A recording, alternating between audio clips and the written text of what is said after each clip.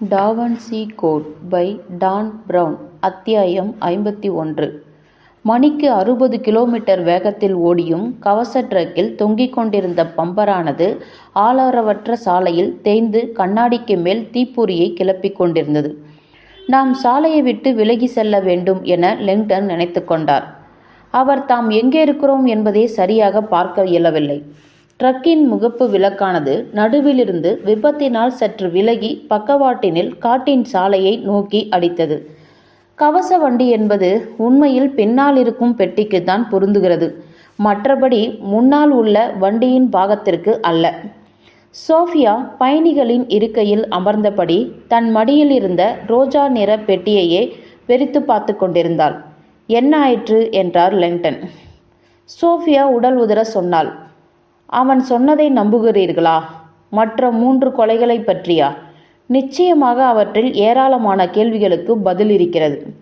அதாவது, வேறு வழியில்லாமல் உன் தாத்தா கர்ச்சாவியை உங்களிடம் கொடுத்தது, பெக்கே என்னை தீவிரமாக தேடுவது முதலான விஷயங்களுக்கு அது இல்லை. வெர்னர் தன் வங்கியை பாதுகாக்க முயல்வது பற்றி சொன்னேன். லெங்டன் விசித்திரமாக பார்த்தார். என்ன சொன்னீர்கள்? கர்ச்சாவியை அவரே வைத்துக் கொள்வதை பற்றி? லெங்டன் அதை பற்றி நினைத்து கூட பார்க்கவில்லை. பெட்டியில் என்ன இருக்குது என்று அவருக்கு எப்படி தெரியும்? அவருடைய வங்கி இதை வைத்திருக்கிறது. அவருக்கு என் தாத்தாவை தெரியும். ஒருவேளை அவருக்கும் விஷயம் தெரிந்திருக்கலாம். எனவே கோப்பையை தானே வைத்துக்கொள்ள தீர்மானித்திருக்கலாம். லெங்டன் பலமாக தலையசைத்தார். வெர்னட் அம்மாதிரியான குணம் கொண்டவராக தெரியவில்லை. என்னுடைய அனுபவத்தில் அந்த கோப்பையை பலரும் 2 காரணங்களுக்காக தேடுகிறார்கள் என்று நினைக்கிறேன். ஒரு சாரார் மிகவும் எளிமையானவர்கள் காணாமல் போன இயேசுவின் கோப்பையை தேடுவதாக நம்புகிறார்கள். அல்லது மற்றொரு சாரார் அதன் உண்மையை அறிந்து அதனால் பயந்து போனவர்கள். வரலாறு முழுக்க நிறைய குழுக்கள் கோப்பையை கண்டுபிடித்து அதை அழித்துவிட முயன்றார்கள். அவர்களுக்கு இடையில் நிலவிய அமைதியானது பம்பர் தேய்வதால் உண்டான ஒளியால் தடைப்பட்டது. அவர்கள் சில கிலோமீட்டர் தூரம் வரை வந்துவிட்டனர். லெங்டன் பம்பரிலிருந்து வெளியான அருவி போன்ற ஒளி சிதறலை பார்த்து கொண்டிருந்தார். அது ஏதாவது ஆபத்தை விளைவிக்குமோ என யோசித்து பார்த்தார். எப்படியோ போகும் வழியில் கார் ஏதேனும் வந்தால் அவர்களது கவனத்தை இது கவரக்கூடும். லெங்டன் சற்றென்று மனதை தயார்படுத்தி கொண்டார். பம்பரை சரி செய்ய முடியுமா என்று பார்க்கிறேன். அடுத்த நொடியே ட்ரக் வண்டியை நிறுத்தினார். எங்கும் நிசப்தமாக இருந்தது. ட்ரக்கின் முன்புறம் லெங்டன் நடந்து போனது தன்னுள் ஆச்சரியகரமான விழிப்புணர்வை உணர்ந்தார். இந்த இரவில் 2வது முறையாக துப்பாக்கி முனையில் நின்ற அவ்வுணர்வுக்கு காரணம். இரவு காற்றில் ஆழ மூச்சுவிட்டு கொண்டே சூழ்நிலைகளை ஒன்று கோர்க்க முயன்றார். வேட்டையாடப்படும் மிருகம் ஆகிவிட்ட லெங்டன் தானும் சோஃபியாவும் எல்லா காலங்களிலும் மர்மமாக திகழும் பொருள் அவர்களிடம் இருந்ததால் தன் பொறுப்பு பன்மடங்கு அதிகரிப்பதை உணர்ந்து கொண்டார். இந்த சுமை அதிகமில்லை என்று உணர்ந்தாலும் துறவு மடத்தின் உறுப்பினர்களை கண்டுபிடித்து கர்ச்சாவியை ஒப்படைக்கும் வாய்ப்பு பறிபோயிற்று. மேலும் 3 கொலைகள் நடந்திருப்பதற்கான செய்தி கடும் விளைவுகளை உண்டாக்கிவிட்டது. துறவு மடம் தனக்குள் ஊடுருவலை கொண்டுவிட்டது. அவர்கள் எதிரிகளிடம் சமரசம் செய்து கொண்டு விட்டார்கள். உடன்பிறப்பு தோழமைகள் கண்காணிக்கப்பட்டு கொண்டிருந்தார்கள். அல்லது அவர்களுக்குள்ளேயே ஒற்றன் இருந்திருக்க வேண்டும். இதனால்தான் சோனியா கர்ச்சாவியை ஒப்படைக்க லெங்டனையும் சோஃபியாவையும் தேர்ந்தெடுக்கிறார். உடன்பிறப்பு தோழமைகளுக்கு வெளியே உள்ள மக்கள் எதிரிகளோடு சேரமாட்டார்கள் என்பதை அவர் அறிந்திருந்தார். உடன்பிறப்பு தோழமைகளிடம் எங்களால் கர்ச்சாவியை ஒப்படைக்க முடியாது. அவ்வாறு துறவு மடத்தின் உறுப்பினர்கள் எவரையாவது லெங்டன் கண்டுபிடித்தாலும் அவரிடம் சாவியை தர வாய்ப்பில்லை. ஏனென்றால் அவரே எதிரியாக இருக்கக்கூடும். இந்த நிமிடத்தில் சோஃபியாவிடமும் லெங்டனிடமும் அந்த சாவி உள்ளது.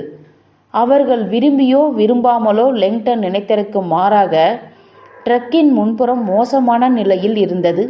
இடது பக்க முகப்பு விளக்கு காணாமல் போயிருக்க வலது பக்க விளக்கின் கண்ணானது தொங்கிக் கொண்டிருக்கும் போதே பால் காணப்பட்டது. லெங்டன் அதை தூக்கி நிறுத்தி பொருத்தினார். ஒரே ஒரு நல்ல செய்தி என்னவென்றால் பம்பர் ஏறத்தாழ வண்டியிலிருந்து சுழலும் நிலையில் இருந்தது. லெங்டன் அதை பலம் கொண்டு மட்டும் உதைத்தார்.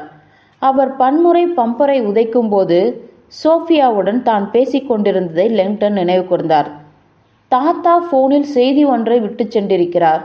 என் குடும்பத்தை பற்றி உண்மையை அவர் என்னிடம் தெரிவிக்க வேண்டுமாம் என்றாள் சோஃபியா அவரிடம். அந்த நேரத்தில் அந்த செய்திக்கு முக்கியத்துவம் இல்லை. ஆனால் இப்போது சியான் துறவு மடமே சம்பந்தப்பட்டிருப்பதால் லெங்டன் புதியதொரு வழிவகையை உணர்ந்தார். பம்பர் திடீரென்று சப்தத்துடன் சுழன்றது. லெங்டன் சற்று நேரம் மூச்சை உள்வாங்கிக் கொண்டார். இப்போது ட்ரக் வண்டியானது அமெரிக்கா சுதந்திர நாளான ஜூலை 4ஆம் தேதி அன்றிருப்பதைப் போல் இருக்கவில்லை. அவர் பம்பரை கழற்றி காட்டில் மறைவாக போட்டுவிட்டு எடுத்து எங்கே போவதென்று திகைத்தார். கிரிப்டெக்ஸ் பெட்டகத்தை எப்படி திறப்பதென அவர்களுக்குள் தெரியாது. அல்லது சோனியர் எதற்காக அதை தந்தார் என்றும் தெரியாது. துரதிருஷ்டவசமாக அக்கேள்விகளுக்கு விடை தெரிந்தால் மட்டுமே அவர் உயிர் வாழ முடியும் என்று தோன்றியது. நமக்கு உதவி தேவை, அதுவும் சிறந்த அறிவுள்ளவர்களின் உதவி தேவை என்று லெங்டன் நினைத்து கொண்டார்.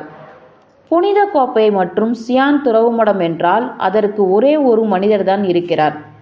சோஃபியாவை அதற்கு எப்படி ஒப்புக்கொள்ள வைப்பது என்பதுதான் சிக்கல். கவச வண்டிக்குள் ராபர்ட் திரும்பி வருவதற்காக காத்திருந்த சோஃபியா தன் மடியில் இருந்த ரோஜா வண்ண மரப்பெட்டியின் கனத்தை உணர்ந்தாள். என் தாத்தா இதை ஏன் எனக்கு கொடுத்திருக்கிறார்? அதை வைத்துக்கொண்டு என்ன செய்வதென்று அவளுக்கு எதுவுமே தெரியவில்லை. யோசி சோஃபியா, உன் மூளையை பயன்படுத்து. உன்னிடம் சொல்ல தாத்தாவிற்கு ஏதோ ஒரு விஷயம் இருந்திருக்கிறது. பெட்டியை திறந்து அவள் கிரிப்டெக்ஸின் எழுத்துவட்டுகளை பார்த்தாள். புத்திசாலித்தனத்தின் உத்தரவாதம். அவள் தன் தாத்தாவின் கைத்திறனை உணர்ந்தாள். கர்ச்சாவி என்பது ஓர் வரைபடம். அதை உரியவர்கள் மட்டுமே அடைய முடியும். பெட்டியிலிருந்து கிரிப்டெக்ஸை வெளியே எடுத்த சோஃபியா எழுத்துவட்டுகளை தடவி பார்த்தாள். 5 எழுத்துக்கள். அவள் அந்த எழுத்துக்களை ஒன்றன் பின் ஒன்றாக உருட்டி பார்த்தால் அதிலிருந்த இயந்திர இயக்கம் அற்புதமாக வேலை செய்தது. அவள் உருளையின் இருபுறமும் பித்தளை அம்புக்குறிகளை சரியாக பொருத்தி வட்டுகளின் எழுத்துக்களை அமைத்தாள். இப்பொழுது எழுத்து வட்டானது அந்த எழுத்துக்களை காண்பித்தது.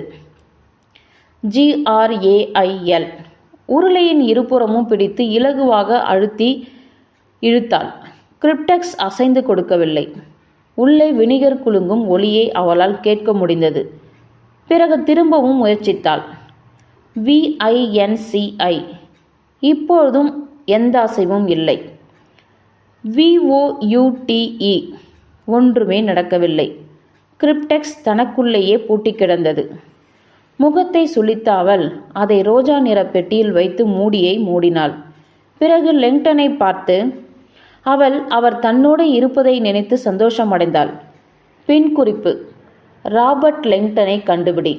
அவரையும் இதில் சேர்த்து கொண்ட அவள் தாத்தாவின் பகுத்தறிவு இப்போது வெட்ட வெளிச்சமாகியது. சோஃபியாவுக்கு அவள் தாத்தாவின் உள்ளுணர்வு சரியாக பிடிபடாத நிலையில் அவர் அவளை வழிநடத்த லெங்டனை நியமித்திருக்க வேண்டும்.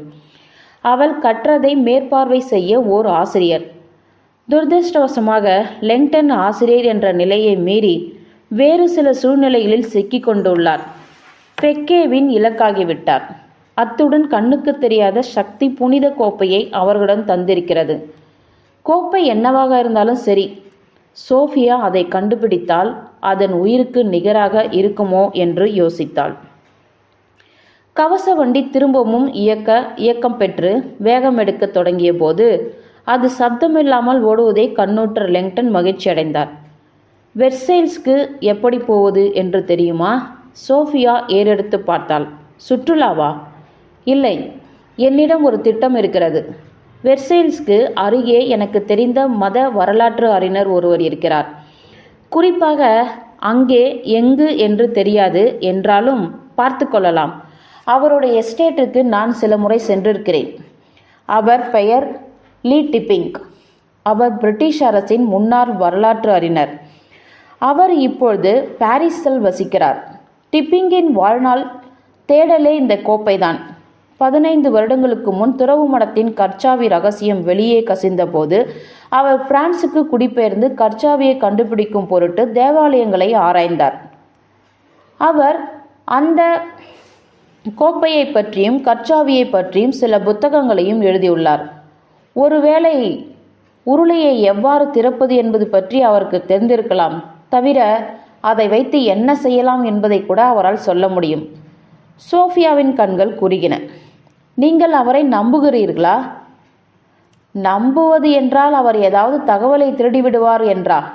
நம்மை பிடித்து கொடுக்காதிருக்கும் வண்ணம் நம்மை காவலர்கள் தேடுகிறார்கள் என்பதை சொல்லும் உத்தேசம் எனக்கில்லை. நாம் இவற்றையெல்லாம் கண்டுபிடிக்கும் வரை அவர் நமக்கு இடமளிப்பார் என்று நம்புகிறேன்.